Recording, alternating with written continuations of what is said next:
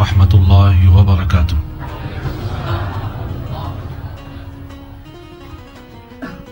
الحمد لله رب العالمين، وأشهد أن لا إله إلا الله وحده لا شريك له ولي الصالحين، وأشهد أن سيدنا ونبينا محمدا عبد الله ورسوله الصادق الأمين.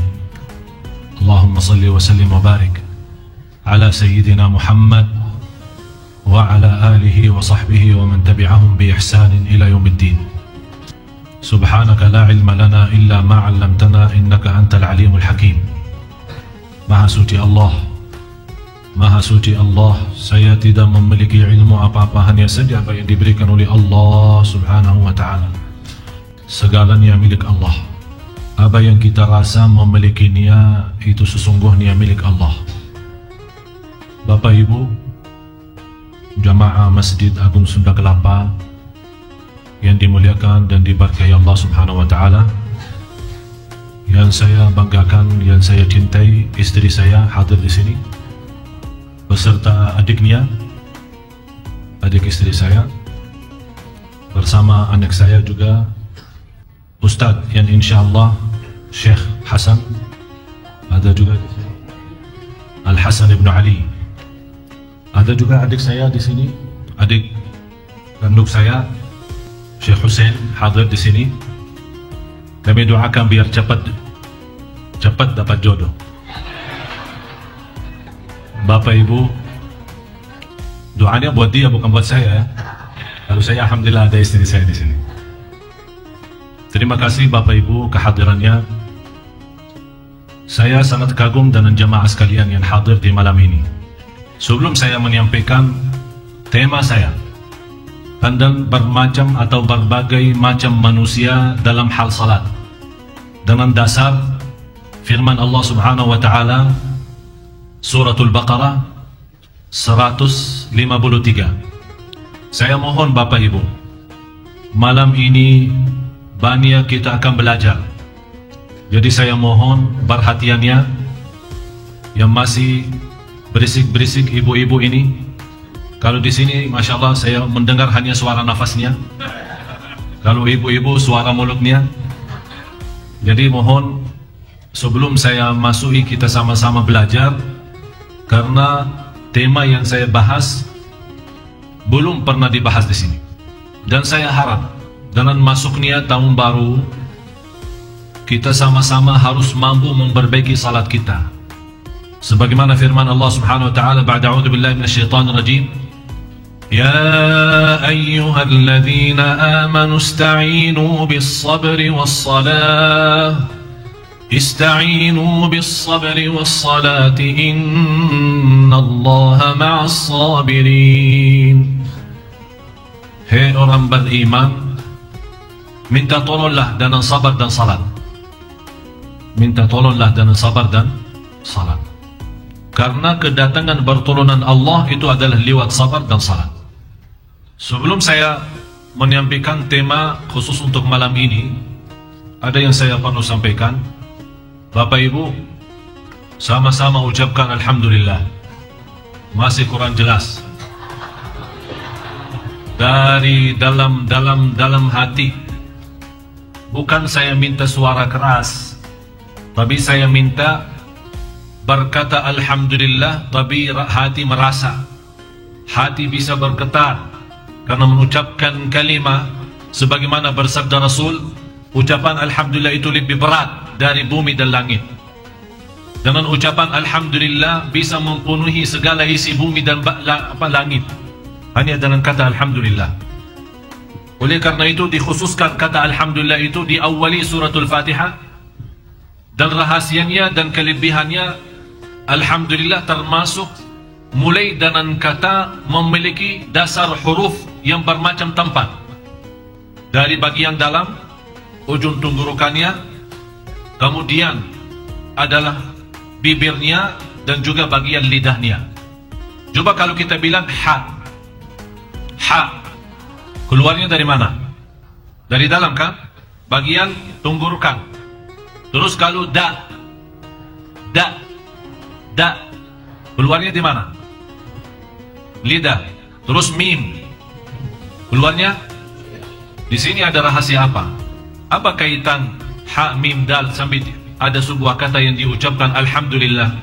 Karena di sini Allah mengikatkan huruf yang berbeda tempat dari dalam sampai keluar.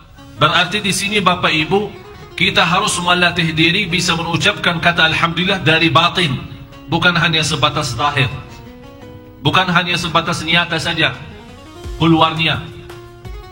Dan dalam kesempatan ini saya khususkan menjadi tema bahasan saya untuk besok jam 1 siang, sekalian acara syukuran meresmikan majlis ta'lim yang insyaAllah diadakan di Rawamangun. Saya undang semua yang hadir, yang tak punya tempat berdiri di luar, tidak masalah, berdirilah insyaAllah sampai selesai acara. Yang berkenan hadir, insyaAllah besok habis zuhur jam 1 siang kita adakan peresmian majlis ta'lim yang insyaAllah saya akan bahas khusus perlengkapan dan menyempurnakan syukur lewat 5 hal. Kalau salah satu dari 5 hal kurang, berarti kita belum bisa mensyukuri nikmat. Bagaimana bisa terwujud la in syakartum la azidannakum? Harus mempenuhi 5 hal, 5 perkara dalam hal syukur, baru kita bisa menjadi hamba Allah yang bersyukur. Afala akunu abdan syakura, sebagaimana ucapan Rasulullah, aku mau jadi hamba Allah yang bersyukur. Bapak Ibu, alasannya saya meminta Bapak Ibu untuk mengucapkan alhamdulillah karena Anda Bapak Ibu bisa duduk di masjid di malam yang tersebar maksiat, di malam kefasikan, di malam berbuat kezaliman, di malam orang muslim banyak yang tidak tahu diri, orang muslim yang mengakui dirinya muslim tapi dia tidak tahu diri, malah dia terjumus melakukan hal-hal yang tidak berbeda dengan orang non muslim. Inilah malam yang dinamakan malam tahun baru, yang juga kita lihat pemuda-pemuda dan di mana-mana orang Islam lebih banyak yang merayakan daripada merayakan dengan syukur, merayakan dengan ibadah, merayakan dengan munajat kepada Allah agar memberikan tahun ke depan lebih baik. Ternyata mereka merayakan hal-hal malah membuat minta tahun baru yang lebih baik. Bagaimana Allah berikan tahun lebih baik dimulai malamnya dengan maksiat dan dosa? Bagaimana Allah kasih yang terbaik? Seperti ada orang membuat akad nikah di masjid, ijab kabul di masjid, saksinya di masjid, khutbah nikah di masjid, dihadiri keluarga di masjid. Sebagian besar dari keluarga malah masuk masjid tanpa jilbab. Sebagian dari keluarga malah kelihatan pahanya, malah kelihatan auratnya, dan minta habis itu didoakan semoga diberkahi rumah tangga. Malah selepas ijab kabul, selepas doa pernikahan, selepas bubar mereka, didengar azan zuhurnya tidak salat di masjid, malah ditunda. Minta rumah tangga sakinah mawaddah rahmah. Bagaimana bisa sakinah mawaddah rahmah? Dimulai langkah pertama saat ijab kabul tidak bersyukur kepada Allah dan tidak melaksanakan ibadah. Inilah budaya Indonesia yang tidak disadari, tanpa kita sadar masuk kerusakan dalam rumah tangga, masalah dalam rumah tangga, kehilangan rasa tenang dalam rumah tangga. Kita langsung suuzan, pasti ini gara-gara suami, pasti ini gara-gara istri. Tapi ternyata gara-gara mereka berdua, karena dimulai harinya dengan ijab kabul, bukan dengan pimpinan Allah lewat salat berjamaah. Padahal ijab kabul di masjid. Mana yang lebih dahsyat, saya kenal satu orang, dia menceritakan kepada saya nikah di masjid, ijab kabul di masjid, tapi saya jujur saja Ustaz, saya tidak pernah masuk masjid kecuali pas ijab kabul nikahan saya. Habis itu, ya Allah, rumah tangga sakinah mawaddah warahmatullahi wabarakatuh. Bapak Ibu yang dimuliakan Allah Subhanahu wa taala, nahnu qaumun a'azzana Allah bil Islam, faman ibtagha al-'izzata bighairihi adallahu Allah. Bapak Ibu, kita orang Islam, Allah membanggakan kita, memuliakan kita dengan agama Islam. Jadi harus kita bangga terhadap Islam, dan kita harus tahu diri kita orang Muslim. Jangan menjadi orang Muslim tapi tidak berbeda dengan orang non-Muslim. Ternyata perbedaannya apa? Dia tidak menjalankan Islam sama sekali, malah dia mengikuti budaya non-Islam. Tapi beda dia sama orang Muslim atau non-Muslim. Bedanya orang tersebut Islam karena dia lahir dalam keluarga Islam, itu saja. Dan orang Katolik atau orang Nasara atau non-Muslim, dia lahir dalam keluarga non-Muslim. Tapi dalam hal berlaku mereka hampir sama. Apakah segitu sudah menjadi Islam kita tidak punya harga? Dan barang siapa yang ingin mendapatkan ketenangan daripada Islam, yang ingin diberikan oleh Allah segala kebahagiaan daripada Islam, yang dia mengharap bisa menjadi mulia di luar agama Islam, tunggulah kehinaan, tunggulah sengsara, tunggulah tersesat sampai dapat murka Allah. Na'udzubillah min zalik. Bapak Ibu, Anda orang Islam? Anda orang Islam enggak? Bangga sebagai orang Muslim? Tidak. Apakah kebanggaan kita sebagai Muslim cukup dengan berkata saya Muslim, atau buktikan dengan amalan-amalan ibadah? Bapak Ibu, ini malam tahun baru. Alhamdulillah. Kenapa saya minta Anda berkata Alhamdulillah? Karena di malam ini sebagian dapat ridha Allah, ada orang lain na'udzubillah di malam ini malah dapat kemurkaan Allah. Di malam ini orang buat kufur. Di malam ini orang berbuat kezaliman. Di malam ini orang masuk dalam golongan munafik, dia belum tahu diri. Di malam ini orang tahu, tanpa sadar dia dalam berlaku dosa maksiat, masuk dalam kelompok fasikin. Jadi Bapak Ibu harus kita bersyukur. Alhamdulillah Allah membukakan hati kita bersama untuk bisa datang ke masjid. Malah saya heran orang-orang yang menyebarkan berita salat di malam tahun baru itu bid'ah, kumpul di majlis malam tahun baru itu bid'ah, i'tikaf di malam tahun baru bid'ah. Mana yang lebih baik? Kita berdiri di bundaran HI sampai pemerintah membantu menutupi supaya suasana lebih layak dan enak. Enak apa? Enak kemurkaan Allah, enak dapat siksa Allah. Saya hanya berdoa, ya Allah, jangan menghukumkan kami yang sedang di masjid bermunajat kepadamu gara-gara dosa orang-orang yang di HI. Ya Allah, aku mohon diselamatkan Bapak Ibu yang tinggalkan urusannya, tinggalkan hubu dunia, tinggalkan hawa nafsunya, datang hanya mau ingin mendapatkan ridha Allah, dan berdoa di malam ini supaya tahun 2013 menjadi lebih baik dalam segala hal, supaya Allah selamatkan kita. Walaupun di antara sahabat, kawan dan yang lain-lain berdosa dan maksiat, mudah-mudahan kita tidak termasuk berbuat salah seperti mereka. Dan kita doakan mereka, ya Allah berikan hidayah, ya Allah berikan petunjuk. Yang ada niat mau ke HI ke sana, ya Allah balik hati niat datang ke masjid. Ya Allah yang punya tujuan sambil menghiburkan keluarganya dan anaknya ke HI atau ke tempat tertentu berhiburan, dia belum tahu di situ kemurkaan Allah. Ya Allah selamatkan supaya dia segera kembali ke masjid, ya Allah. Kita doakan, karena menurut saya mereka belum tahu. Mudah-mudahan malam ini HI itu kosong, tidak ada orang ke sana.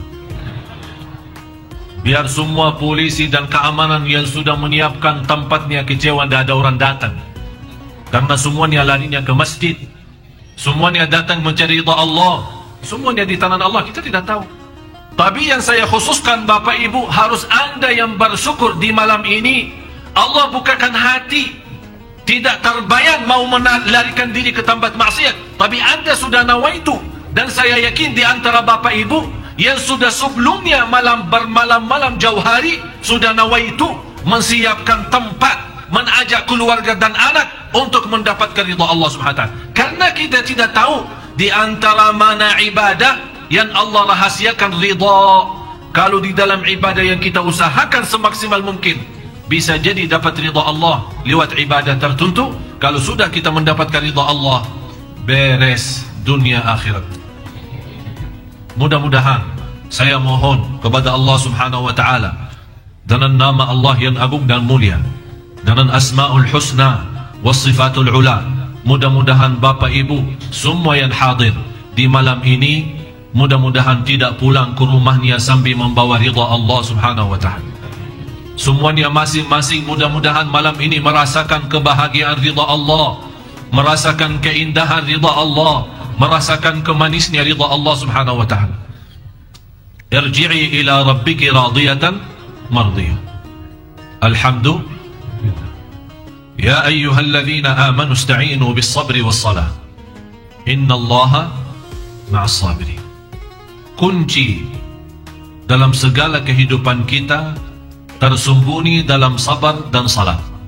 Ulama menjelaskan tidak ada pahala yang setinggi-tinggi sebagaimana pahala ibadah sabar. Dan sabar itu ada 3 macam. Sabar atas taat. Bapak Ibu datang malam ini namanya apa?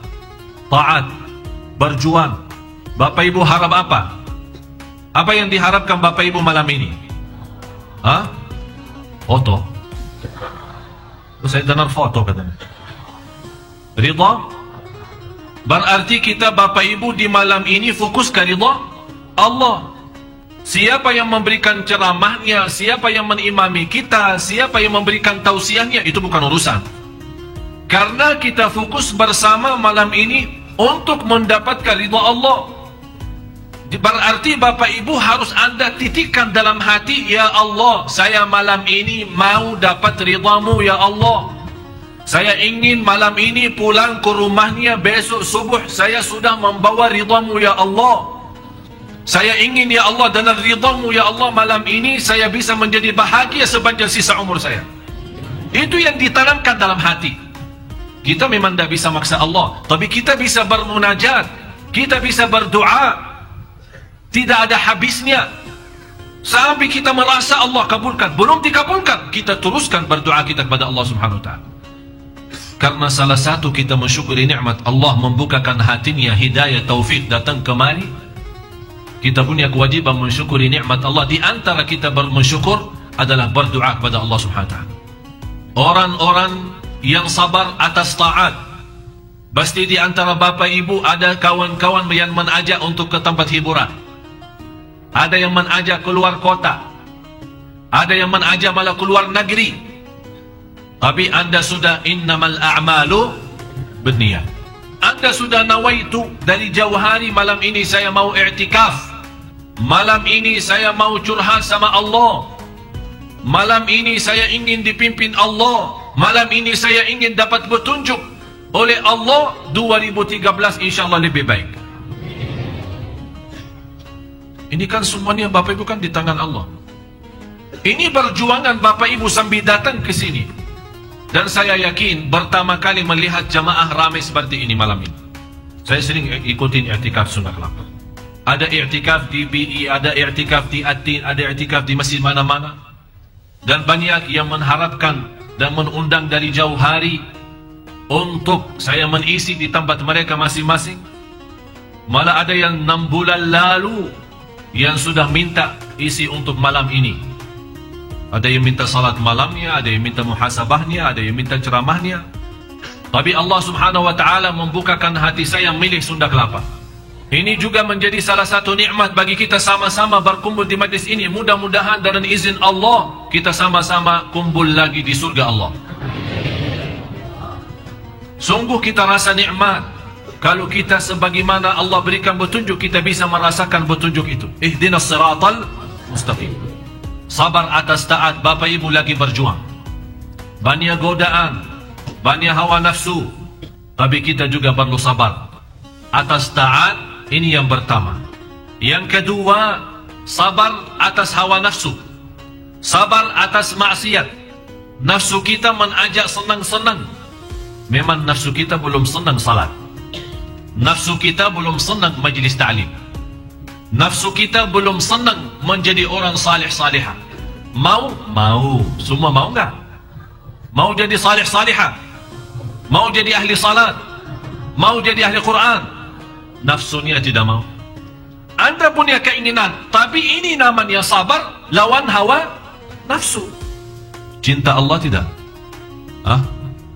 Cinta setengah mati atau cinta mati? Cinta mati. Berarti Bapak Ibu tidak ada tawar-tawaran soal cinta sama Allah. Betul? Betul. Tidak ada tawar-tawaran. Jadi cinta Allah berarti segalanya. Allah yang utama. Perintah Allah yang utama.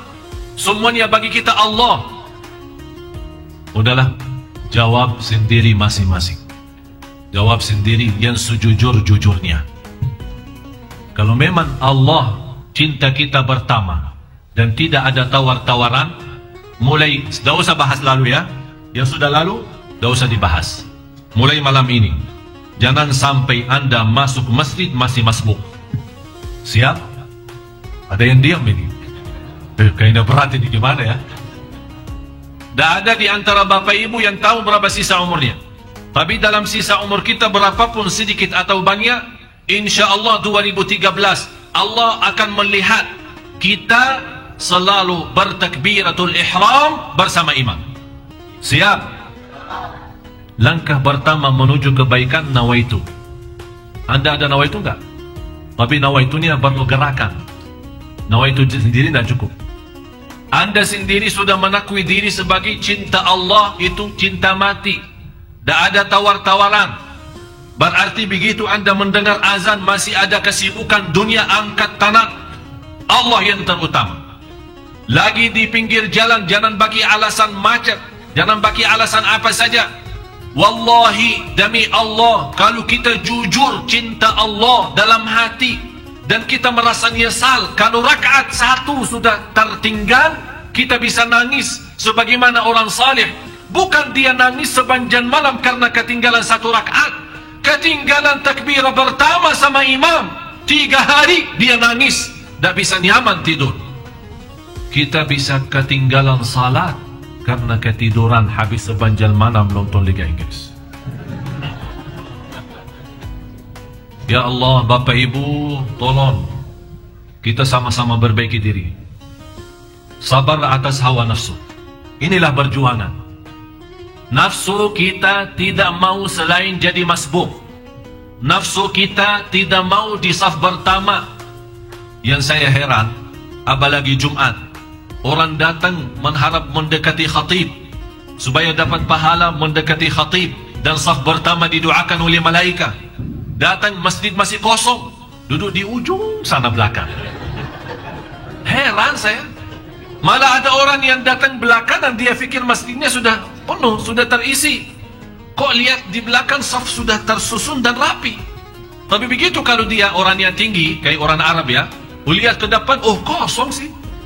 Jadi bukan masalahnya salah kita tidak melihat ke depan, karena mungkin kita kondisi tidak terlalu tinggi lah ya. Jadi lain kali Bapak Ibu kalau masuk masjid pas hari Jumat, Anda melihat masjidnya di saf belakang lagi sudah terisi, jangan Anda berpikir masih sudah penuh, tinggal Anda loncat-loncat aja, lihat dalam pandangan mata sejauh, oh ternyata kosong di dalam, tinggal minta maju. Dan ini juga tugas para khatib. Begitu khatib naik mimbar, melihat banyak saf-saf yang kosong, tidak apa-apa, khatib berbicara sama makmum, tapi makmum tidak boleh berbicara. Khatib menyampaikan ke jamaah, tolong Pak, maju. Saf yang di belakang, maju-maju. Ini dalam khutbahnya. Jadi mereka tinggal ikuti perintah khatib dan maju. Supaya orang yang datang belakangan telat, dia bisa mendapatkan posisi yang sudah siap, tambah mengganggu orang-orang yang sudah di depan. Tapi karena kita tidak mensusulkan saf depan, akhirnya orang yang datang melihat ada kosong di depan, akhirnya masuk. Akhirnya kena kakinya kanan, kena kakinya kiri, bisa berantem sama orang, bisa marah sama orang. Orang hanya tengok matanya, apaan ini orang datang telat, udah nyakitin lagi. Akhirnya hilang rasa Jumat, sudah sakit hati. Malah Rasul melarang kita melewati orang banyak lagi di saf-saf. Oleh karena itu jamaah sekalian, hal-hal seperti ini harus kita sama-sama perbaiki. Ini perlu perjuangan seperti ini.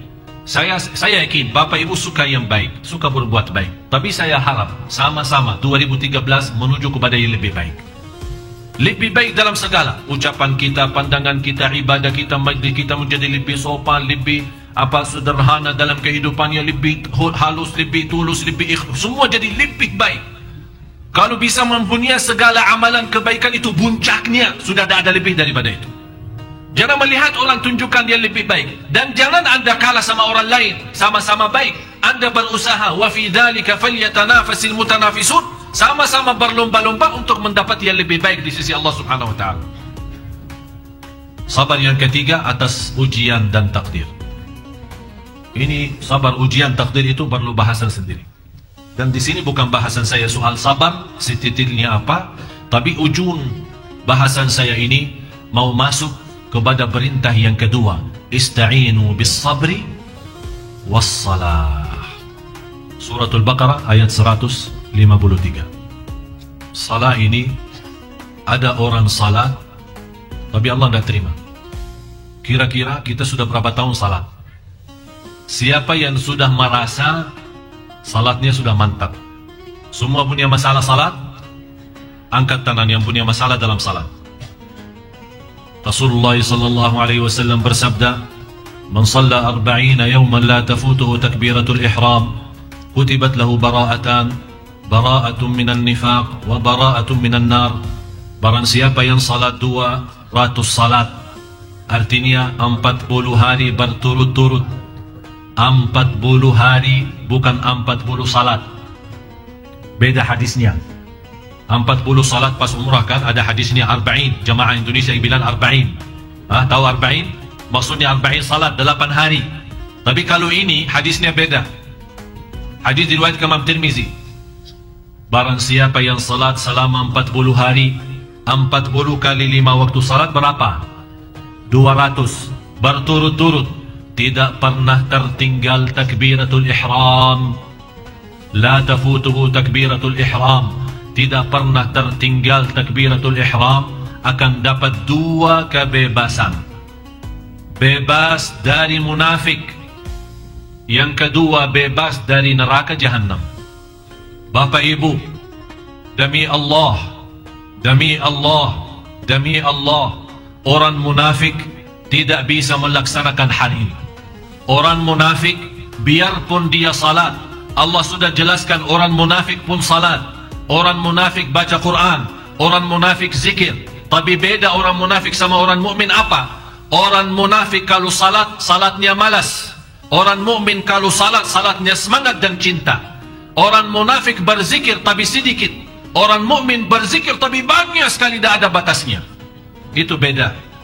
Oleh karena itu Allah perintahkan saat memanggil dalam sifat iman, ya ayyuhalladzina amanu udhkurullaha dzikran katsira.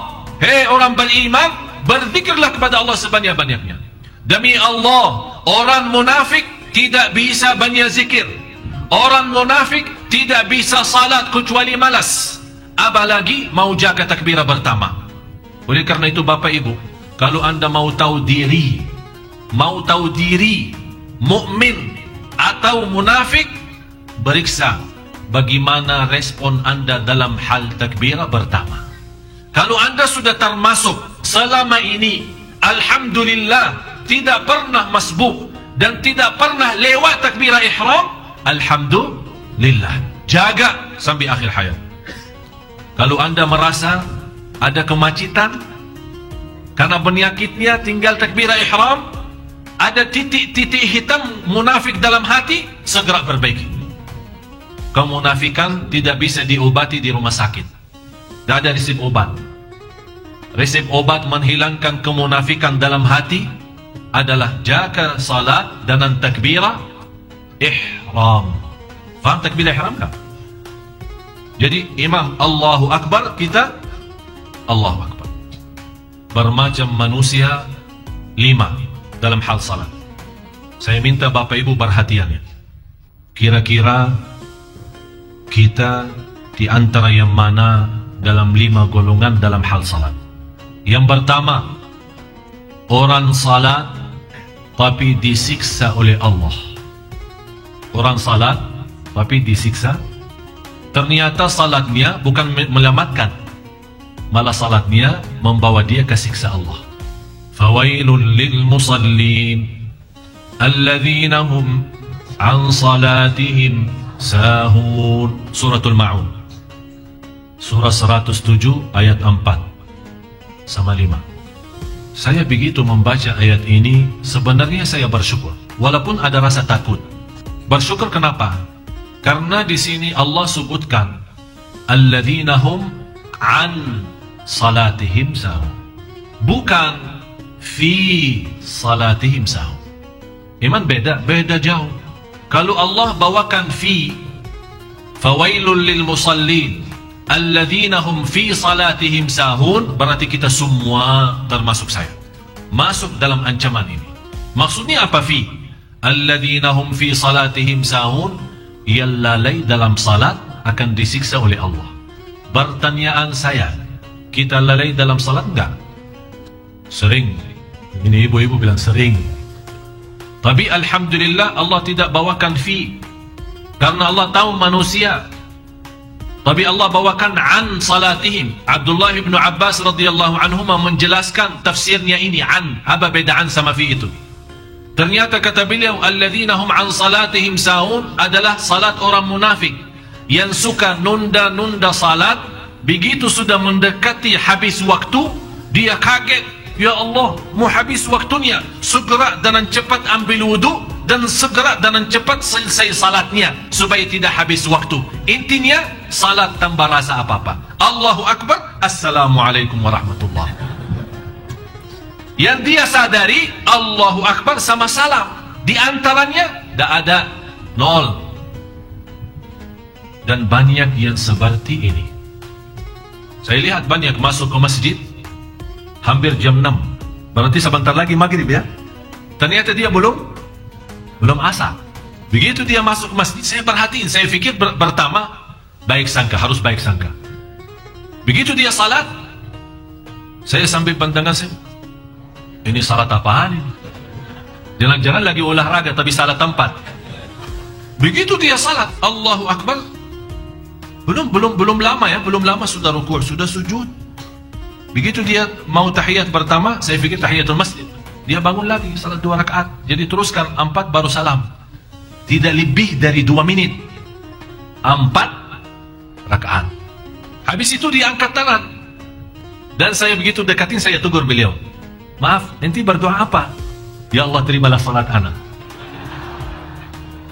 Malu. Kita malu sama Allah kalau kita punya salat seperti ini. Kata Imam Ibnu Qayyim rahimahullah, kalau anda belum bisa salat yang cocok bagi Allah, carilah Tuhan yang lain yang sesuai salat kita. Betul kata Imam Ibnu Qayyim. Ini berkata Imam Qayyim 400-600 tahun lalu dia ngomong seperti ini. Kalau anda belum bisa fantas salat yang fantas yang cocok bagi Allah, cobalah cari Tuhan lain yang cocok dengan salatnya. Ya, kita salat sekarang tidak sesuai untuk Allah ini. Ini bukan untuk Allah. Itu yang dinamakan Rasulullah SAW, yang orang-orang yang bergerak dengan cepat untuk selesaikan salat karena takut habis waktu. Itulah kata Rasulullah, tilka salatul munafik. Begitulah salat orang munafik. Begitulah salat orang munafik. Begitulah salat orang munafik. Na'udzubillah.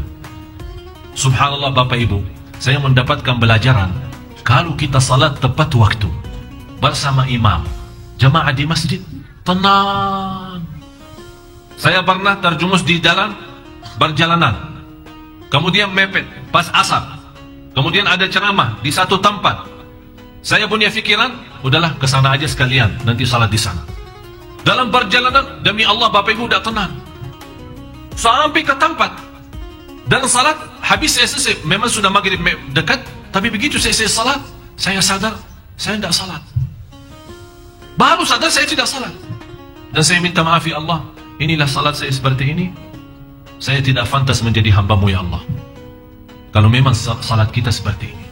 Tapi ternyata salat tepat waktu di masjid berjamaah, subhanallah, kita sepertinya mengangkat gunung yang besar di atas kepala kita.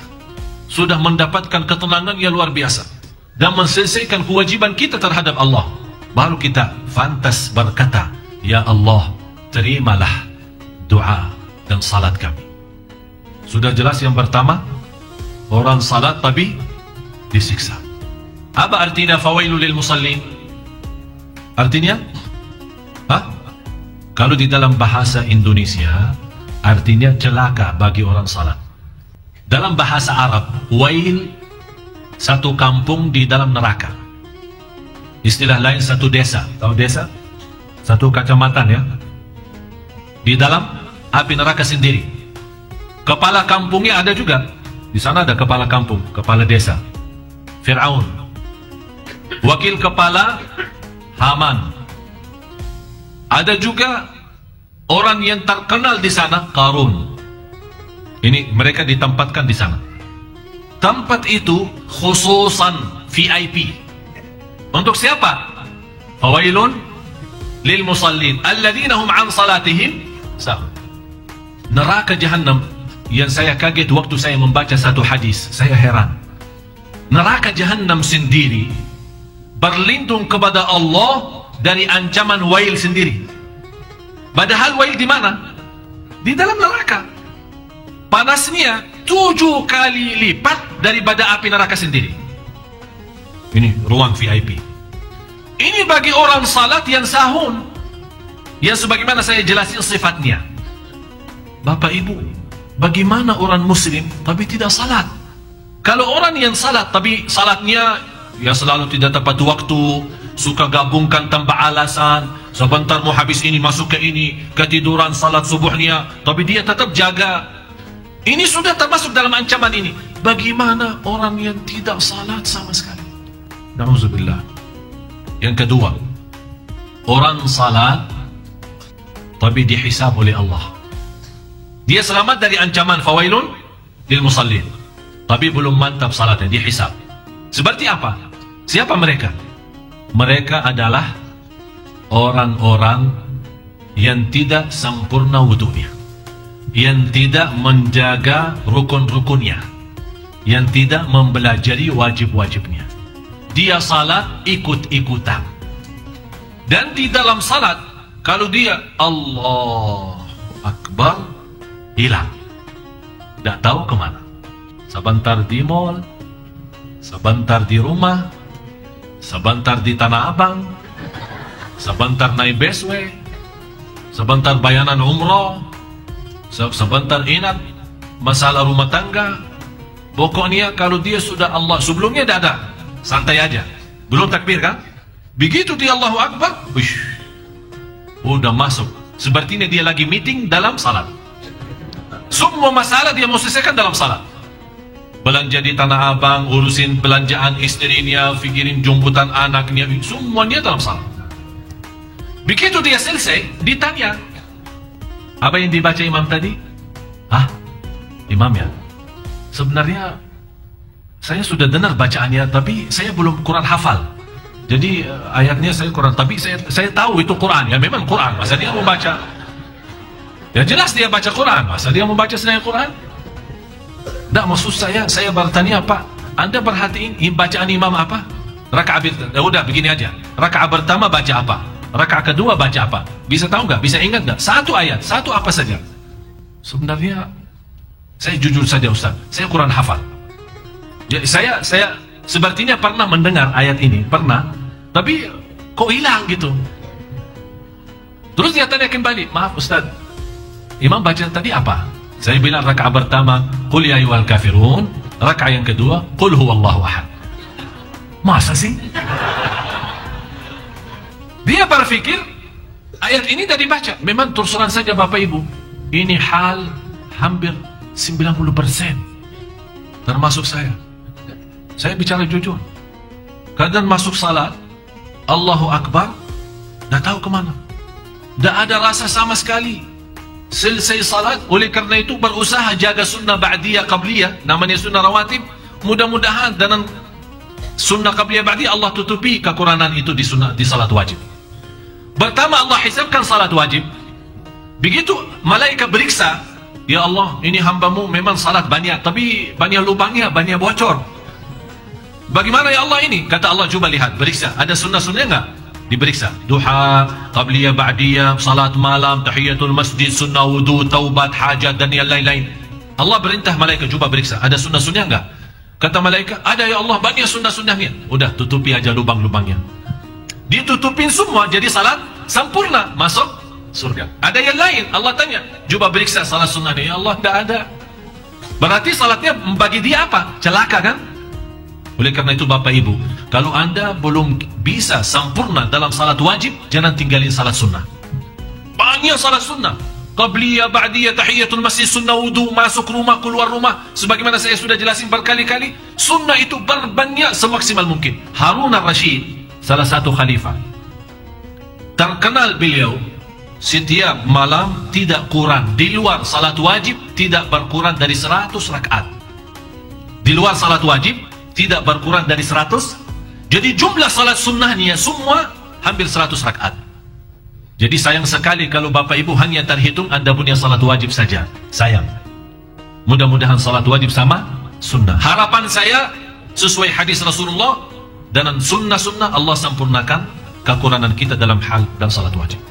Tapi seperti ini, yang tidak sempurna wudu, yang tidak sempurna rukun dan wajib, akan dihisab oleh Allah. Mulai malam tahun baru, kita harusnya muhasabah Bapak Ibu. Barang siapa yang suka muhasabah diri, akan Allah ringankan hisabnya nanti di hari kiamat. Muhasabah bukan pas lagi rame-rame di masjid pas i'tikaf, tidak. Kalau bisa, Anda setiap malam punya muhasabah di rumah. Begitu Anda mau tidur, tes, periksa. Begitu Anda sudah muhasabah, segera ambil wudu, salat 2 rakaat, dan tidur. Kalau seandainya memang malam itu yang terakhir bagi kita di dunia ini, alhamdulillah sudah muhasabah dan sudah salat sebelum tidur. Insya Allah husnul khatimah. Apalagi kalau menjaga wudu pas tidur. Jadi tolong diperiksa soal salat kita. Yang ketiga, salatnya mampu menghapus dosa. Sekarang Bapak Ibu harus pahami dalam 5 golongan ini, tidak semua salat bisa dapat pahala. Harus pahami itu ya. Tidak semua salat Anda bisa dapat pahala. Tidak semua salat Anda bisa mendapatkan ampunan. Tidak semua salat Anda bisa dihisab, dan tidak semua salat Anda bisa disiksa. Jadi semua ada apa? Turutannya, bagaimana sistemnya. Yang disiksa sudah saya jelasin. Fawailun lil musallin. Yang dihisab oleh Allah sudah saya gambarkan. Orang yang dia berusaha jaga wudu, tapi begitu dia masuk salat, malah saya pernah masuk masjid, di samping saya ada orang salat tahiyatul masjid ini. Allah, dia hampir sama saya. Allah. Tapi dia suaranya agak kencang sedikit, jadi saya bisa dengar suaranya. Begitu dia habis Allahu Akbar, tahiyatut thayyibatut barakatuh, saya kaget. Habis itu dia lepasin tangannya. Sepertinya saya bilang, saya dalam hati saya pas lagi salat, alhamdulillah sudah sadar. Dia sudah sadar, pas takbirah ihram, dia lupa, dia lagi berdiri, dia fikir tahiyat. Dia mengganti doa iftitah jadi tahiyat. Tapi ternyata Bapak Ibu, pernah satu hari terjadi sama saya peristiwa yang sama. Allahu Akbar, tahiyatut thayyibatun. Langsung pas saya ingat, sudah selesai tahiyat, sudah sampai asyhadu an la ilaha illallah wa asyhadu anna Muhammadan, baru saya ingat. Kalau orang itu yang tadi ternyata lebih baik, ingat cepatan. Tahiyatut thayyibat sudah baru ingat. Kalau saya sudah selesai tahiyat baru ingat. Ternyata itu juga penaruhnya dosa. Barangkali saya ada salah sama istri saya, jadi begini salat saya begini. Tapi subhanallah, bahagia seorang yang bisa punya salat. Paling tidak ini yang ketiga, lewat salatnya bisa diampuni Allah dosanya. Seperti apa itu? Sempurna wudunya, sempurna rukun-rukun dan wajib. Begitu dia masuk salat, dia sibuk dalam salat lawan hawa nafsu dan syaitan. Syaitan was-was dari sebelah kiri, dari sebelah kanan, menggoda bermacam-macam. Sepertinya dia merasa, saya kuntut belum? Batal wudu belum? Banyak digoda oleh syaitan, tapi tetap dia perjuangkan. Tetap saya masih wudu, masih jaga wudu. Ini hanya was-was, ini bukan kuntut, bukan suara, bukan bau, bukan apa-apa. Teruskan. Tapi hilang sebentar, datang sebentar. Hilang sebentar, datang sebentar. Dalam perjuangan ini, Allah tidak memberikan pahala salatnya karena belum sempurna, tapi Allah berikan ampunan karena dia berjuang. Berjuang apa? Lawan was-was, lawan syaitan, lawan hawa nafsu, lawan fikiran. Dan salah satu Bapak Ibu yang membantu Anda bisa lawan was-was dan fikiran, pertama, saat Anda merasa was-was, kerasin suara bacaannya yang cukup untuk didengar oleh telinga sendiri. Anda merasa sekarang was-was ya, merasa hilang salatnya, kemana gitu, langsung Anda Bismillahirrahmanirrahim, Alhamdulillah Ar-Rahman. Kerasin suara dan rasakan dalam kalbu. Dan jangan biasakan diri setiap Anda rasa was-was tutupi mata. Jangan menjadi hal itu biasa. Nanti lama-lama tidak bisa khusyuk kecuali tutup mata. Dan Rasul melarang kita lagi salat menutupi mata. Yang kedua, yang membantu kita bisa menghadirkan diri kita dalam salat, selain kerasin suara dalam bacaan, ganti-ganti ayat yang kita baca. Jangan qulhu mulu. Rakaat pertama qulhu, rakaat kedua qulhu, dan seterusnya qulhu sampai mati. Ini yang membuat kita apa? Tidak merasa nikmatnya salat, karena saat kita baca qulhu sebenarnya bukan kita yang baca, otak bawah sadar yang baca. Karena sering kita baca, otomatis sudah terekam di sini. Akhirnya dia keluar secara otomatis. Sudah faham? Jadi ganti, pas lagi salat Anda rasa was-was. Rakaat pertama ini ya, habis Al-Fatihah. Yasin wal Qur'anil Hakim. Hafal 2 ayat. Allah Akbar. Di rakaat yang kedua, lari kemana gitu. Idza waqa'atil waqi'ah, laysa liwaqa'atiha kadhibah. Lillahi ma fis samawati wa ma fil ard. Wa in tubdu ma fi anfusikum aw tukhfuhu hasib. Bukan dalam satu rakaatnya. Tapi maksud saya, usahakan pindah-pindah setiap Anda dalam satu rakaat. Misal rakaat pertama baca ayat tertentu. Di rakaat yang kedua, pindah ke ayat baru lagi yang Anda hafal. Jangan hanya sepanjang hidupnya dan sepanjang salatnya qulhu qulhu qulhu atau 4 qul. Qul ya ayyuhal kafirun, qul huwallahu ahad, qul a'udzu birabbil falaq, qul a'udzu birabbin nas. Akhirnya syaitan yang sering goda kita, dia sudah hafal 4 qul ini, sering kita baca. Akhirnya kita harap lewat bacaan bisa syaitan lari. Ana hafal itu jangan bisa ana lari. Ya susah juga ini. Qul qul qul. Jadi kan masalah. Tapi saya minta Bapak Ibu, coba mulai malam ini ya. Karena ada salat i'tikaf, salat malam ya. Tapi saya minta sebelum Anda ikut salat malam, coba masing-masing salat 2 rakaat. Dan apa yang saya sampaikan ini coba praktik. Coba praktik. Insya Allah dengan perjuangan Anda akan semakin salatnya semakin baik, semakin bertingkat. Bapak Ibu, Anda jangan harap di satu malam bisa langsung jadi ke martabat yang pertama. Masih kita bahas ya. Ini kita masih, yang saya harapkan sementara ini golongan yang ketiga, lewat salat bisa diampuni Allah. Inna salata tanha 'anil fahsya'i wal munkar. Kalau diampuni Allah berarti dosa kita sepanjang hari diampuni Allah. Begitu kita salat diampuni. Tapi yang keempat, ini jauh lebih tinggi lagi. Orang salat tapi dapat pahala. Bapak Ibu, kalau artinya semakin naik, semakin tinggi salatnya, berarti dapat pahala, otomatis diampuni juga kan? Semua kan di bawah, apapun yang di bawahnya dapat diampuni Allah Subhanahu wa taala, dimaafkan.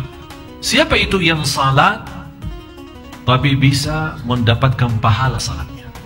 Artinya lewat salat dia benar-benar bisa merasakan nikmat salat. Yang sempurna wudu, sempurna rukun, sempurna wajib. Begitu dia masuk salat, punya kekhusyuan yang luar biasa. Ka'bah di depan, surga di kanan, neraka di kiri, malaikatul maut di belakang, menunggu saya selesai salat agar dicabut nyawa. Bisa rasakan nggak? Sebagaimana firman Allah Subhanahu wa taala suratul Mu'minun, surah 23. Dari ayat 1 sampai 11. Bapak Ibu, tolong tuliskan. Suratul Mu'minun, surah 23 dari 1 sampai 11. Itu yang kita harapkan. Qad aflahal mu'min alladzina hum fi salatihim khashi'un. Di sini Allah jelaskan fi salatihim, beda sama an salatihim. Bapak Ibu, yang tidak bisa di martabat yang keempat ini, ada satu yang bisa membantu Anda semua, adalah doa. Kalau Anda berduli mau betul-betul menikmati khusyuk dalam salat, Anda berdoa kepada Allah. Ada seorang salih berkata, aku mujahadah diri lawan waswas dan syaitan selama 20 tahun. Alhamdulillah habis itu saya berhasil menikmati khusyuk dalam salat selama 20 tahun kemudian. Berarti Bapak Ibu, jangan putus asa. Jangan Anda baru sekali salat, ya Allah ternyata khusyuk susah juga. Tetap berjuang. Kalau memang tidak bisa mendapatkan martabat pahala, paling tidak diampuni, supaya kita keluar dari masjid lepas salat sudah suci dari dosa dan maksiat. Yang terakhir, yang kelima, orang salat tapi dengan salatnya dia termasuk orang terdekat kepada Allah. Lewat salat dia bisa merasakan diri sudah dekat sama Allah. Saya tidak bisa berkata hal ini sulit, tapi hal ini hanya orang-orang yang benar-benar dibukakan oleh Allah hatinya yang bisa menikmati salat seindah itu. Orang salat namanya salat muqarrabun, yang didekatkan oleh Allah lewat salatnya. Jadi benar-benar dia datang begitu mendengar azan. Bukan hanya mendengar azan, malah saya pernah membaca salah satu sejarah, salah satu ulama Ahlus Sunnah. Di dalam biodata sejarah beliau, 70 tahun tidak pernah masuk masjid sesudah azan. Tidak pernah mendengar azan di luar masjid selama 70 tahun. Artinya apa? Dia mendengar azan di dalam, berarti 70 tahun dia jaga salat di masjid, sudah dia di masjid standby sebelum azan. Ini seperti mereka yang Allah kasih kelebihan posisi terdekat kepada Allah lewat salat. Inilah salat seperti salat mereka, tidak perlu doa. Begitu dia salat punya masalah, Assalamualaikum, selesai salat, Allah selesaikan masalah. Begitu dia punya hutang ingin dilunaskan, begitu dia melarikan diri kepada salat, ya ayyuhalladzina amanu, dia membuktikan lewat salat yang mendekatkan dirinya kepada Allah. Ista'inu bis sabri was salat. Begitu dia salam, lunas utangnya. Sampai sahabat Rasul kekurangan makanan di rumah, dia salat 2 rakaat, Allah isi rumahnya makanan. Salat seperti apa? Yang jelas bukan seperti salat kita. Yang jelas betul bukan seperti salat kita. Salat mereka begitu Allahu Akbar, mereka sudah merasakan dirinya di alam lain. Inilah salat mereka yang bisa tembus sampai ke langit yang ke-7, bertemu dengan cahaya Allah di atas. Cahaya salat mereka langsung bisa sambung dengan cahaya Allah di langit yang ke-7. Begitulah mereka merasakan keindahan dan kenikmatan yang luar biasa. Begitulah mereka dipimpin oleh salatnya dalam kehidupannya. Murah rezeki, tenang, sempurna iman, khusyuk, nikmat, mulia akhlak, kemana saja dalam lindungan Allah Subhanahu wa ta'ala. Tapi ini kembali kepada apa? Supaya kita bisa mendapatkan salat seperti ini, harus kita bisa membiasakan diri segala sesuatu kita kembali kepada salat. Lagi sakit hati, sebelum anda cerita sama siapa-siapa, lagi sakit hati, atau tuliskan statusnya di dalam BB, aku lagi stres. Alah baca, dalam BB saya ada 498 yang ikut dalam grup BB saya hampir lebih dari separuh dari mereka statusnya aneh-aneh. Ada saya lagi galau, saya lagi stres. Kalau ditanya apa masalahnya, tidak ada. Tidak ada yang mau nikah sama saya. Itu jadi masalah. Banyak hutang. Tapi ternyata kalau kita periksa masalah itu, rata-rata masalah itu yang muncul itu gara-gara tangan kita, bukan karena Allah. Semua gara-gara tangan kita. Oleh karena itu Bapak Ibu, sebelum anda punya prinsip seperti ini, di BBM-nya, di HP-nya, di laptopnya atau apa, mempunyai kata-kata yang tidak sesuai bersama Allah, lebih baik segera ambil air wudu dan salat. Punya masalah hutang, segera ambil air wudu dan salat.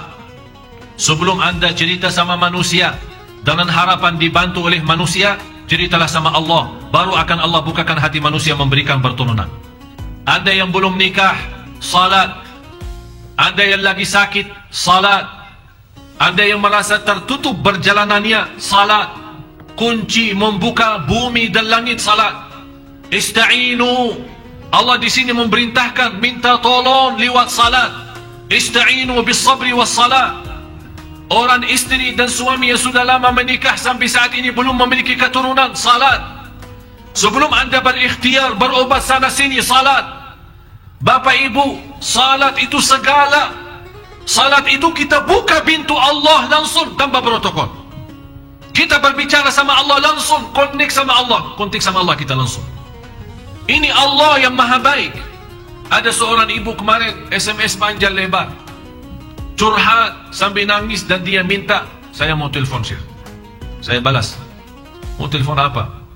Mau curhat. Sudah saya baca SMS-nya.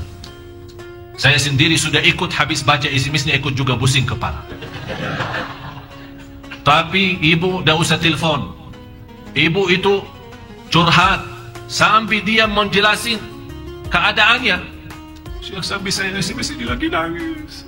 Sampai di sini sampai saya bisa terbayang seorang ibu yang lagi curhat, terbayang kondisinya, dia lagi duduk sambil nangis-nangis. Dia sudah jelasin, saya lagi nangis. Ambil mau nangis darah, bukan air mata lagi. Begini SMS-nya. Saya bilang subhanallah, saya manusia biasa bisa terharu. Saya manusia biasa ikut pusing. Saya manusia biasa ingin bantu. Bu, saya balas SMS-nya. Curhat tidak beda jauh, sama dengan curhat ini. Sampai saya bisa nangis. Curhat sama Allah sana. Jauh Allah lebih baik. Allah maha mendengar, Allah maha melihat. Dan saya menceritakan satu. Ada seorang guru saya menceritakan peristiwa terjadi di depan mata guru saya. Dia masuk Masjidil Haram waktu umrah. Bertemu di hadapan Ka'bah ada seorang dari Yaman berdoa kepada Allah. Tapi yang menarik perhatian, guru saya tertarik perhatian dalam cara doa orang itu. Nangis, tangannya bancung sampai ke atasan, seolah-olah dia mau megang langitnya.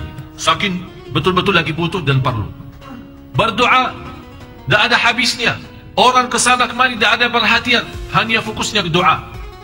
Guru saya melihat keadaan ini, oh ini kayaknya ada sesuatu nih. Saya duduk di belakang, perhatiin. Doa terus sampai sepanjang waktu, tidak berhenti-berhenti. Dan nangisnya sampai didengar oleh guru saya doanya orang itu. Ya Allah, saya tidak akan berhenti berdoa dan tidak akan keluar dari Masjidil Haram ini sampai Engkau kabulkan. Ini sekarang selesai masalah saya. Betul-betul dia sudah lemparkan diri. Ya Allah, saya tidak bisa kemana-mana, dan saya tidak mau dan tidak akan keluar dari masjid ini, dan saya tidak akan turunkan tangan saya sampai Engkau kabulkan. Terus sampai nangisnya. Guru saya melihat, ini doanya kayaknya butuh banget. Betul-betul lagi stres. Ini masalahnya. Ternyata Bapak Ibu, hikmah dari cobaan dan ujian, pas kita lagi di puncaknya stres ya, pas doanya bagaimana? Pas doa bagaimana? Biasa aja atau luar biasa? Allah senang yang luar biasa tuh. Allah senang. Oh, ternyata hamba ini keluar doa yang tulus dan ikhlas pas cobaan. Oh, dah kasih cobaan. Kasih supaya doa keluar ini. Ternyata hikmah daripada cobaan, Allah mengeluarkan doa yang ikhlas. Ternyata pas dia doa, ada seorang, guru saya ini cerita. Dia bilang ada seorang lewat. Begitu lewat, balik lagi. Melihat orang itu lagi berdoa. Dia masukin tangannya dalam gantung bajunya. Terus lembar, ada uang banyak. Dilempari. Guru saya perhatiin ada uang banyak. Tapi ini orang masih berdoa. Sudah lupa segala. Dia hanya fikirannya kepada Allah. Subhanallah, sekian lama Allah sudah memberikan dia buas. Dia turunkan doa. Begitu dia turunkan tangannya ke bawah. Oh, terasa. Ada apa ini? Uang. Langsung nangis dan doa lagi. Dia tidak berhenti berdoa sampai ada kedengaran azan. Guru saya perhatiin. Begitu dia bangun, mau bergerak, mau kemana? Langsung kata guru saya, ini ada ilmunya ini. Langsung dimegang sama dia. Mau kemana nih? Sini, saya mau belajar sama antum. Ada apa sih? Ada masalah. Terus saya berdoa terus.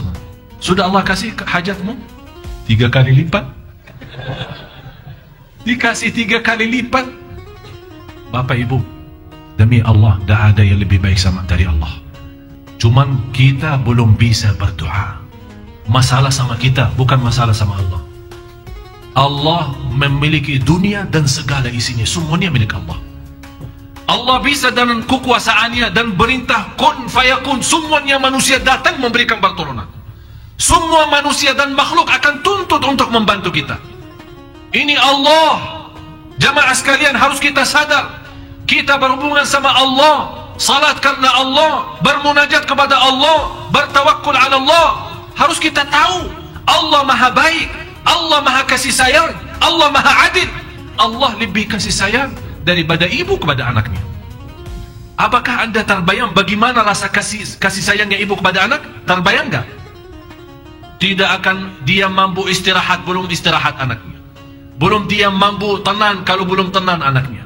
Belum dia bisa merasa kenyang kalau belum kenyang anaknya. Dia belum merasa nyaman kalau belum nyaman anaknya. Begitulah perjuangan ibu untuk anak. Ini semua tanda kasih sayangnya ibu kepada anak. Kata Rasulullah, Allah jauh lebih banyak kasih sayang kepada hamba dari ibu kepada anak. Cuman kita mohon maaf Bapak Ibu belum bisa berdoa. Oleh karena itu, lewat salat yang kelima ini yang terakhir, menjadi orang terdekat kepada Allah lewat salat. Siapa itu mereka? Dia bukan hanya sempurna wudu, bukan sempurna rukun dan wajib, bukan mulia khusyuknya. Dia sudah lebih dari batas khusyuk. Dia begitu salat, dia bisa merasakan kehadirat Allah di depan mata. Itu beda dia sama orang yang khusyuk. Dia bukan hanya mampu khusyuk, ini khusyuk sudah menjadi hal biasa bagi dia. Tapi dia sudah mampu lebih daripada khusyuk. Tumpus khusyuk adalah dia merasa kehadirat Allah di depan mata. Dan begitu Allahu Akbar, dia yakin Allah sedang melihat salatnya. Oleh karena itu dia malu. Selesai salat, Allah kecewa dengan salatnya. Sebagaimana Al-Hasan ibn Ali radhiyallahu anhu, begitu dia lagi ambil wudu dan dia nangis dan berubah mukanya seperti orang sakit. Ditegur sama muridnya, kenapa wahai Al-Hasan engkau seperti ini? Kata beliau, anda kalian belum tahu saya menghadapi siapa dalam salat. Jadi dia dalam wudunya, dia sudah merasakan kehadirat Allah. Dalam wudu, dia sudah menikmati keindahan dan keagungan Allah. Begitu dia selesai salat, Allah penuhi dalam tumbuh badannya kekhusyuan. Begitu dia masuk salat, sudah masuk di alam lain. Itulah berkata, sebagaimana ada seorang Ahlus Sunnah wal Jamaah Al-Imam Abu Muslim, kalau dia masuk dalam salat di dalam rumah, kata istri dan anaknya, berani anak-anak bermain-main di dalam rumah sambil teriak-teriak kalau dia pas lagi salat. Karena beliau kalau salat, dia tidak bisa mendengar bisikan apa-apa, karena dia sudah di alam lain. Inilah salat yang kita cari. Itulah salat yang kita inginkan dan harapkan. Dan salat seperti ini tidak akan bisa terwujud kecuali dengan menanamkan rasa cinta masjid. Saya akhiri satu cerita. Mudah-mudahan cerita ini bisa menjadi bermanfaat bagi kita semua. Ini cerita benaran terjadi di Tanah Suci. Ada seorang dan ayahnya habis Jumatan di Masjidil Haram. Dia orang tinggal di kota Jeddah. Jadi Makkah sama Jeddah kira-kira 55 kilo. Berarti 55 kilo dari Makkah ke Jeddah tembusnya 30 menit atau 25 menit. Karena beda jalanan ya. Kalau di Jawa 50 kilo bisa satu hari belum sampai. Ini subhanallah cerita ini, dia membayangkan habis Jumatan di Masjidil Haram, kemudian bawa ayahnya pulang ke kota Jeddah. Di dalam perjalanan masuk waktu asar. Yang menarik perhatian anak itu, ada satu masjid di pinggir jalan hancur. Kelihatan dari jauh hancur, separuhnya hancur. Jadi sepertinya ada tanda, tidak ada orang bagi masjid itu buat salat. Sepertinya bangunan lama lah sudah. Tapi tetap dia mau berhenti di situ dan salat di situ. Tapi ternyata apa yang terjadi? Begitu dia mampir ke situ, ada satu mobil parkir di luar masjid. Dia heran. Dia berkata sama ayahnya, "Kak, masa ada orang salat di sini?" Udah, saya penasaran, saya mau tahu apakah betul ada orang atau cuma mobil aja ada orang di dalam. Begitu dia mendekati masjid yang hampir separuhnya hancur, terdengar suara Al-Quran. Ada seorang anak muda baca Quran suratul Rahman. Dia berhenti di luar sama ayahnya, menikmati suara yang indah. Tapi begitu habis bacaan Ar-Rahman, anak itu penasaran, mau tahu orang itu siapa dan kenapa dia salat di sini. Kenapa tidak cari masjid-masjid yang sudah siap? Ini masih sudah hancur. Begitu masuk, ternyata bertemu dengan seorang muda sekali. Umurnya tidak lebih dari 20-23, kurang lebih lah seperti itu. Masih di umur muda. Langsung ditegur dengan ucapan Assalamualaikum. Orang ini yang muda yang ada di dalam masjid itu kaget.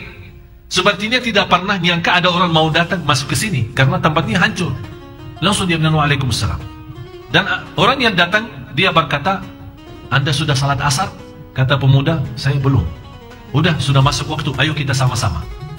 Begitu anak muda bangun untuk salat asar, anak muda yang duluan duduk di masjid baca Quran, dia berkata, mau salat berjamaah? Ayo sama-sama kita salat berjamaah. Anak baru sama ayahnya kaget. Ini bicara sama siapa nih?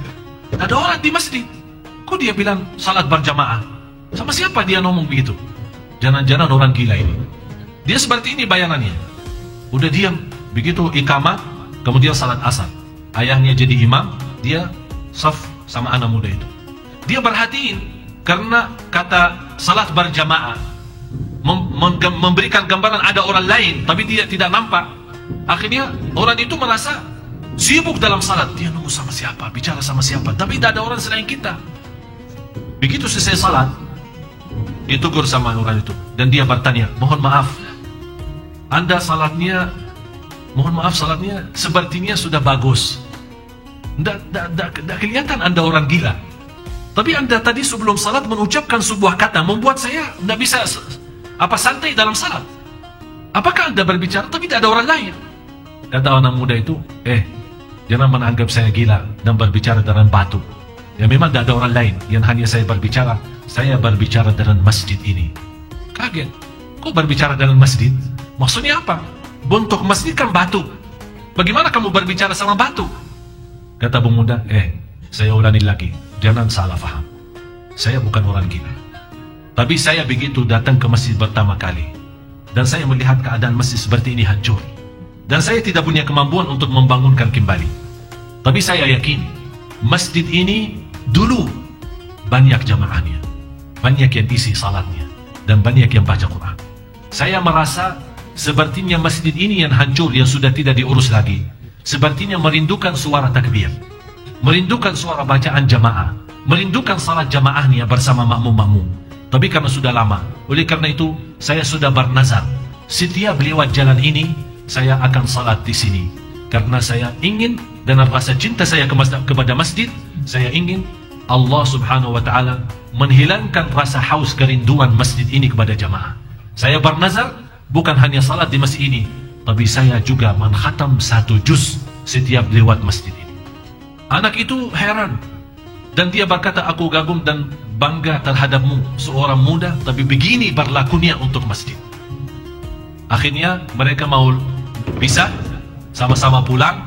Pas lagi mau keluar, orang itu sama ayahnya ditahan sama anak muda, megang tangannya, dan dia berkata, kamu tahu apa yang aku berdoa setiap saya datang di masjid ini salat? Kata orang itu, apa? Dan ayahnya ikut mendengar. Dia berkata, saya berdoa, ya Allah, sebagaimana saya setiap lewat jalan ini, dan saya berniat untuk mempenuhi rasa kerinduan masjid ini kepada jamaah yang sudah tidak dipakai lagi, dengan bacaan Al-Quran. Ya Allah, saya ingin mempenuhi rasa kerinduan masjid ini dengan suara Al-Quran. Ya Allah, aku mohon penuhi rasa rindu ayah dan ibu saya yang sekarang dua-duanya ada di alam kubur. Ternyata Bapak Ibu, perjuangan seorang muda seperti ini menjaga salatnya di masjid yang hancur, niatnya untuk memadamkan dan mempenuhi rasa rinduan masjid ini, supaya Allah subhanahu wa ta'ala menurunkan kasih sayangnya kepada orang tuanya yang telah meninggal dunia. Kira-kira anak seperti ini, pasti inilah perjuangan bapaknya dan ibunya sampai bisa mewujudkan anak saleh seperti ini. Bapak Ibu, kita perlu mendidikkan anak kita semaksimal mungkin, agar besok kalau kita meninggal dunia, masih ada yang tersisa doa dan bacaan anak kita yang akan dikirimkan pas kita meninggal dunia. Itu yang kita harapkan, karena kita tidak ada di antara bapak ibu yang punya jaminan anaknya besok akan mendoakan. Tidak ada di antara bapak ibu yang punya jaminan anaknya besok akan disibuki oleh dunia, akan dilalaikan oleh hawa nafsunya. Kita tidak ada di antara kita bapak ibu yang punya keyakinan anak kita akan menjaga salat di masjid dan akan tidak pernah lupa mendoakan kita. Oleh karena itu, marilah kita sama-sama menanamkan cinta masjid di dalam hati anak kita, menanamkan cinta Al-Quran, supaya besok kalau kita dipanggil oleh Allah duluan, masih ada yang tersisa dengan kasih sayangnya Allah yang diantarkan oleh Allah lewat bacaan anak kita, lewat doa dan salat anak kita. Marilah kita sama-sama dengan masuknya tahun baru 2013, sama-sama memperbaiki diri, sama-sama bertaubatan nasuha, sama-sama menuju ke ridha Allah, sama-sama menuntut ilmu yang terbaik dan mempraktik ilmu dalam kehidupan kita sehari-hari, agar Allah Subhanahu wa taala memberkahi sisa kehidupan kita dan mengakhiri hayat kita dengan husnul khatimah. Marilah kita sama-sama berdoa. Bapak Ibu yang punya hajat, yang punya masalah, yang punya hutang, yang punya apa saja, bersama Allah, inilah kesempatan. Habis majlis ilmu, doa kabul. Habis majlis ilmu, doa terkabul. Oleh karena itu, marilah kita sama-sama bukakan hati kita kepada Allah dengan doa yang ikhlas dan tulus, dengan Allah Maha mendengar, Allah Maha melihat, dengan keyakinan Allah akan mengkabulkan dan menijabah doa kita. Dengan hajat kita masing-masing, insya Allah tidak ada yang keluar dari malam ini habis doa kita, pasti akan Allah mengisi dan mempenuhi segala hajat kita, lahir batin, dunia akhirat. Amin ya rabbal alamin. Bismillahirrahmanirrahim. Bismillahirrahmanirrahim. Alhamdulillahi rabbil alamin. Segala puji bagimu ya Allah. Alhamdulillahi zahiran wa batinan. Alhamdulillahi kathira. Alhamdulillahi mil as-samawat. Alhamdulillahi mil al-ard. Alhamdulillah ya Allah, sedalam-dalamnya dari hati kami. Alhamdulillah atas Islam iman. Alhamdulillah atas taufikmu ya Allah, Engkau memilih kami bisa datang i'tikaf di Masjid Agung Sunda Kelapa malam ini. Ini semuanya karunia darimu ya Allah. Alhamdulillah. Alhamdulillah ya Allah atas Engkau memimpin langkah-langkah kami untuk datang ke tempat ini. Alhamdulillah. Alhamdulillah ya Allah atas Engkau membukakan hati kami untuk mencari ridha-Mu ya Allah. Alhamdulillah. Alhamdulillah ya Allah, Engkau menjauhkan kami mencari tempat dosa maksiat. Alhamdulillah. Alhamdulillah ya Allah, Engkau memilih kami untuk berhiburan di masjid, bukan di tempat maksiat maupun di jalan. Alhamdulillah. Alhamdulillah ya Allah, Engkau membawakan kami, anak kami, keluarga kami semua untuk datang dalam surga-Mu ya Allah. Alhamdulillah. Ya Allah, ribuan alhamdulillah kami bersyukur kepadamu karena semua karunia yang kami dapatkan malam ini hanya darimu ya Allah. Walaupun kami belum pantas dan belum mampu mensyukuri ya Allah, tapi kami mohon ya Allah dengan ucapan kami bersama alhamdulillah, Engkau kabulkan kami sebagai hamba yang bersyukur. Ya Arhamar Rahimin, Ya Allah, Ya Dzal Jalali wal Ikram, Ya Arhamar Rahimin, Ya Arhamar Rahimin. Engkau maha mendengar dan maha melihat di malam tahun baru ini ya Allah. Kami mohon ya Allah pimpinan-Mu ya Allah, bukakanlah hati kami ya Allah, sucikan jiwa kami ya Allah, ampuni segala dosa kami ya Allah, dosa besar maupun kecil, dosa sembunyi maupun terang-terangan, dosa batin maupun dosa zahir. Ya Arhamar Rahimin, rahmatilah kami. Kami hamba-Mu ya Allah sangat membutuhkan rahmat-Mu. Kami akan sengsara tanpa rahmat-Mu. Kami akan tersesat tanpa rahmat-Mu. Ya Allah, aku mohon untuk Bapak Ibu yang hadir di malam ini, penuhi segala hajatnya Bapak Ibu ya Allah. Yang sakit sembuhkan penyakitnya, sehatkan badannya. Yang berhutang ya Allah lunaskan hutangnya. Ya Allah, yang belum berjodoh ya Allah berikan jodoh yang terbaik. Yang sudah berkeluarga ya Allah jadikan rumah tangga sakinah mawaddah rahmah, keturunannya anak salih salihah. Ya Arhamar Rahimin, di antara Bapak Ibu ya Allah yang menghadapi godaan hawa nafsu, godaan syaitan, godaan jin ya Allah, kami mohon ya Arhamar Rahimin, dengan malam yang berkah ini ya Allah, dengan doa dan bacaan Quran kami ya Allah, sembuhkan segala godaan ya Allah, dan lindungilah Bapak Ibu dari segala bahaya dan keburukan ya Arhamar Rahimin. Murahkan rezeki kami, panjangkan umur kami, berikan kemudahan ke tanah suci haji umrah, ziarah Nabi Muhammad. Ya Allah, kami rindukan Nabi Muhammad. Kami rindukan Nabi Muhammad karena kami sungguh mencintai Nabi Muhammad. walaupun berlaku kami tidak sesuai Nabi Muhammad, tapi sungguh ya Allah, saksi ya Allah, kami sangat mencintai Nabi Muhammad. Dan cintaan kami terhadap Nabi Muhammad bawakan kami bahagia ya Allah. Dan rasa cinta kami terhadap Nabi Muhammad bawa kami selamat ya Allah. Ya Rahman Rahim, lindungi anak cucu kami ya Allah. Banyak fitnah dunia, banyak godaan syaitan, banyak keburukan dan banyak bahaya. Ya Allah, lindungi anak kami, istiqamah iman Islam. Anak kami, cucu kami ya Allah, kami ingin menjadi penghafal Al-Quran. Jadikan anak kami ya Allah yang membanggakan kami dunia akhirat ya Arhamar Rahimin, yang bisa memberikan syafaat kepada orang tuanya ya Allah. Ya Dzal Jalali wal Ikram. Ya Allah, selamatkan wajah bapa ibu dari siksa neraka Jahannam. Ya Allah, kami tidak kuat disiksa di neraka Jahannam. Kami ya Allah tidak bisa tahan disiksa di neraka Jahannam. Selamatkan ya Allah bapa ibu di neraka Jahannam. Ya Arhamar Rahim. Dan muhasabah kami di malam ini ya Allah.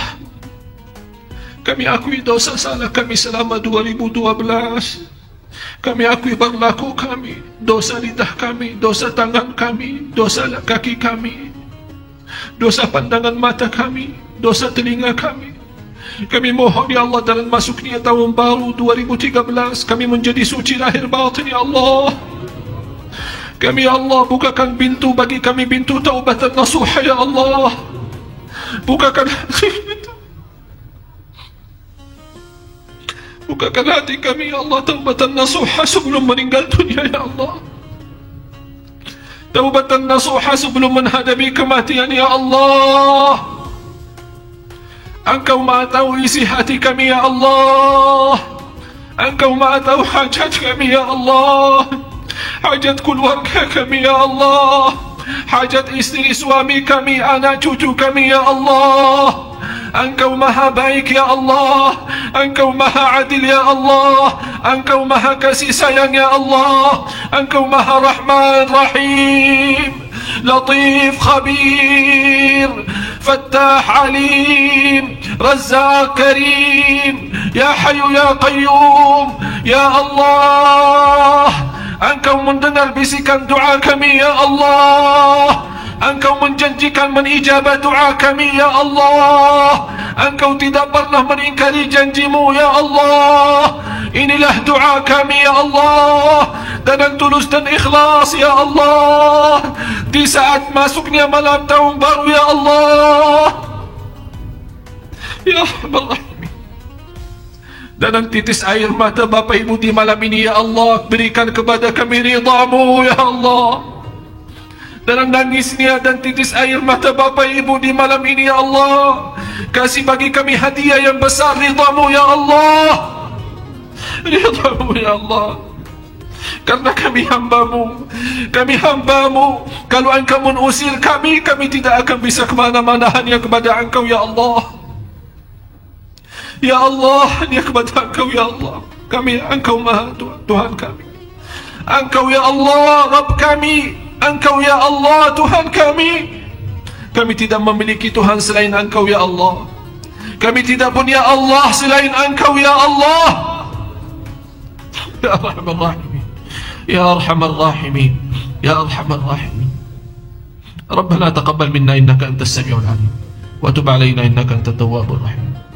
Rabbana atina fid dunya hasanah wa fil akhirati hasanah wa qina adzaban nar, wa qina adzaban nar, wa adkhilna al-jannata ma'al abrar, wa adkhilna al-jannata ma'al abrar ya aziz ya ghaffar ya rabbal alamin. وصلى الله على سيدنا ونبينا محمد، وصلى الله على سيدنا ونبينا محمد، وصلى الله على سيدنا ونبينا محمد وعلى آله وصحبه وبارك وسلم، بفضل سبحان ربك رب العزة عما يصفون، وسلام على المرسلين، والحمد لله رب العالمين. تقبل الله منكم. سبحان Subhanakallahumma bihamdik asyhadu an la ilaha illa anta astaghfiruka wa atubu ilaik. Assalamualaikum warahmatullahi wabarakatuh.